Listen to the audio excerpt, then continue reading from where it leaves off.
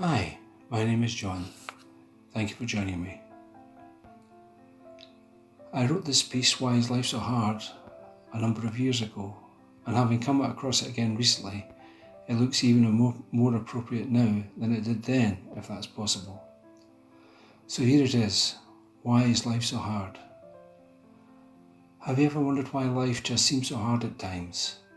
If it isn't struggling to pay the bills, it is Armageddon on the television, or people bitching on reality TV shows, or some potential calamity on a soap opera.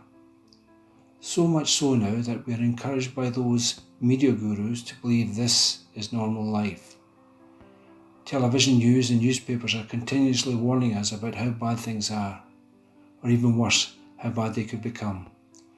To top it all, there's always some possibility of war, or war going on somewhere that requires our patriotic support. What does this all add up to? Distraction. In today's world, images flash before us and we are constantly bombarded by sound bites telling us what to think, what to do, and what to buy.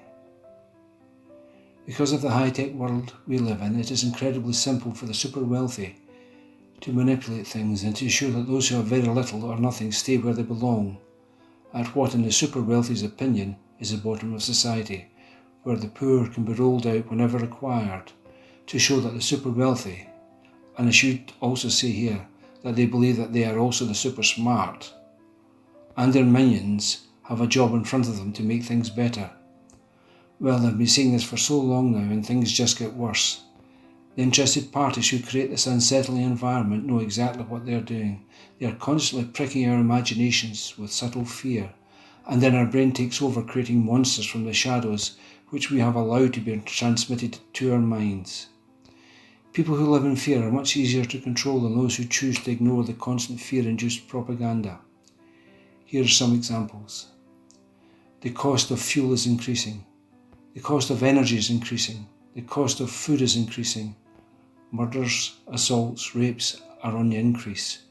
The police, fire and medical establishments are all underfunded. The greenhouse effect is killing the planet. Terrorists could be living in the same street as you. Cancer is a growing concern. Our charity needs more money. Our education system is not producing the results we wish. Our government is doing its best. Look at the starving people in Africa and realise how lucky you are. And this one gives you an idea of when I originally wrote this piece. AIDS is spreading and it is an act of God. And now, COVID. Need I say more? I read or heard this many years ago. Enslave a person and they will always seek freedom. Whereas with religion, tell them that you speak for God and that their immortal soul is in danger if they don't do what they are told. Thus their souls are enslaved and they will do what they are told for life.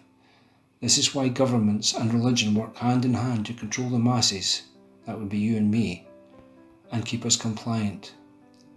The list is endless. We never run out of things to be afraid of. When we feel afraid, we tend not to think as rationally as we should. Our mind is constantly in the flight or fight mode. We then want someone to make it all better, of course. The people that say they can are invariably lying.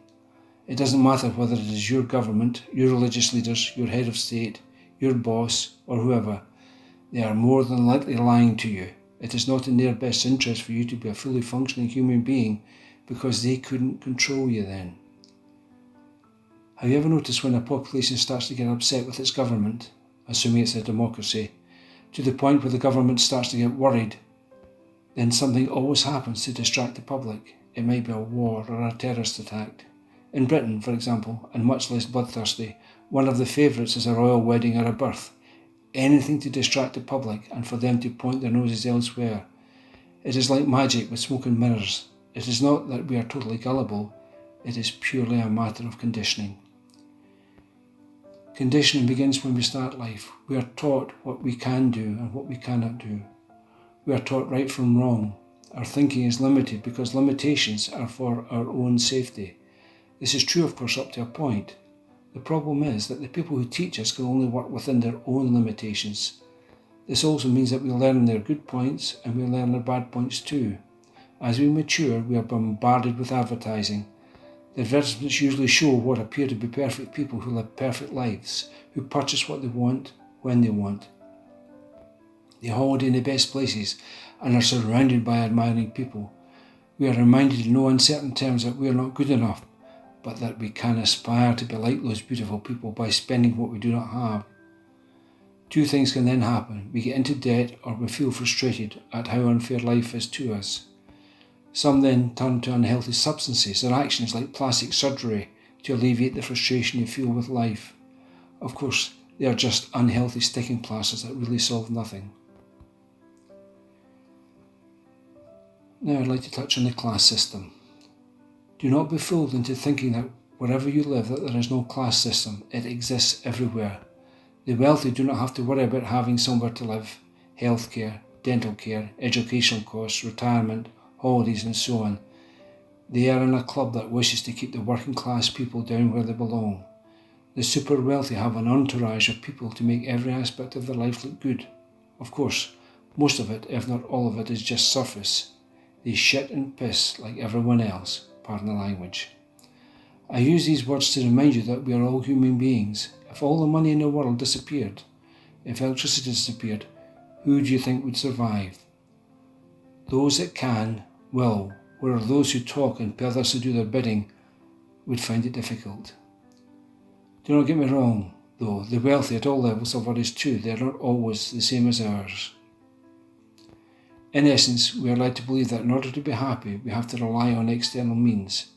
Again, we are being lied to. The dog-eat-dog world is the world in which most of us exist, and we believe it to be the real world.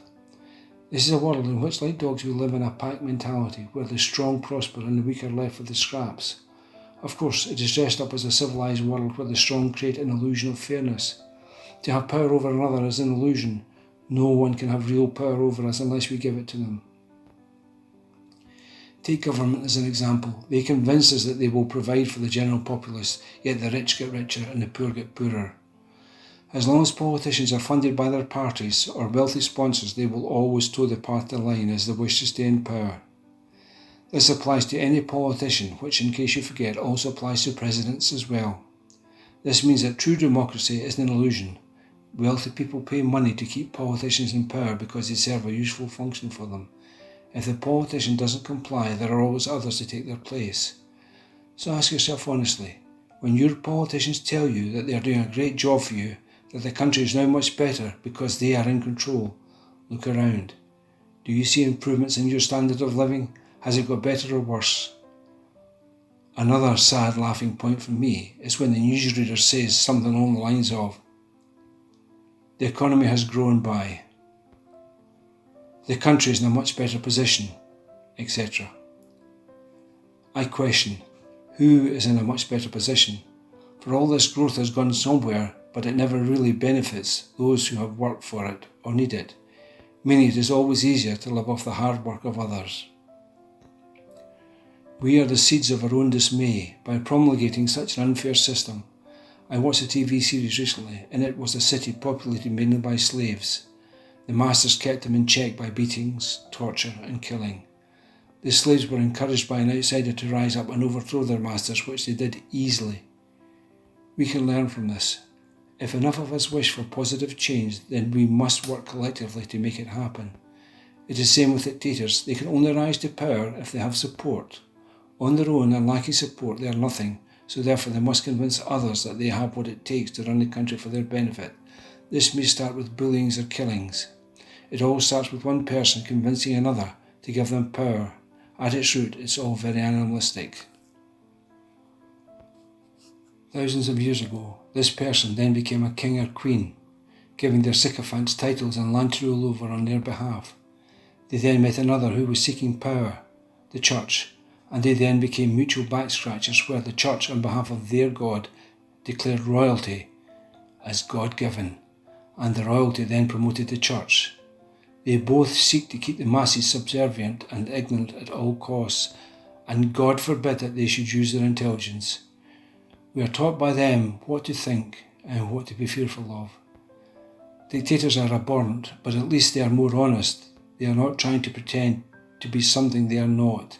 They just don't care about anybody else or what they think or believe.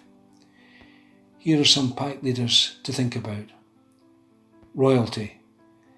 They now do not even have to fight for their place at the top. Presidents, dictators, politicians, the church, and that's all religions. Company leaders, government management, leading civil servants, movie, rock and pop stars, newspaper and television management, anyone who assumes responsibility for others. Why do we give our individual power away? Because it is easier to be told what to think and what to do rather than think for ourselves. I'll now just touch on competition.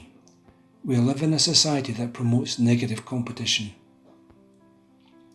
Positive competition is a great system for helping people to find out what they can excel at, or not, as the case may be. If we learn positively from competition, then there are no losers, only winners, because those that are good at a particular discipline know it, and those who the discipline doesn't resonate with know that they can rule it out and move on to finding that which is good for them. It can destroy a person's self-confidence when they constantly feel like a loser, but the truth is that they have not yet found what they're good at. It is our system that is letting them down. Casting them aside is not worth the while. Think about the dog-eat-dog world and the bully. Like a pack of dogs who sense weakness in another, they attack and destroy. Have you ever been in that situation when a bully picks out another? At the same time, as if by magic, the bully's pets join in. If so, were you the bully, the pet, or the victim? In the dog-eat-dog world, might is right. Some of the constructed divisions to keep us divided are race, skin colour, religion, social status, competitive sport, wealth, being different, politics, immigrants, sex, someone to blame. Everyone else is to blame. Finally, our religious leaders in league with the power wielders would have us believe that the greatest gift from our Creator is free will, yet they do not want us to use it if it questions what they tell us to believe. Our greatest gift is self-determination. We have a choice in what we choose to believe. If we believe in the mumbo-jumbo fed to us by others who claim to know better than us, then that is our choice. We can, on the other hand, choose to be free thinkers in a world where our governments and religious leaders want an unthinking, dumbed-down population, where we are fed by the media distortion and lies, where we are fed a different sense of reality by wonderful-looking movies. The last true thing that is ours, no matter how others try to influence us, is our thoughts. They are uniquely ours, and in self-determination, we honour our Creator.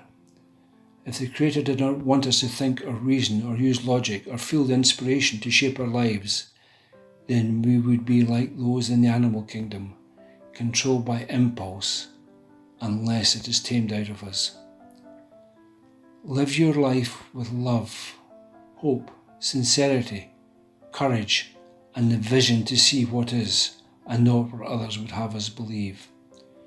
To endeavour always to be the best version of ourselves, to be guided by our positive aspirations and not by the meaningless negative chatter that constantly surrounds us. Change can only happen when we first are open to it and then have the courage and determination to make it happen.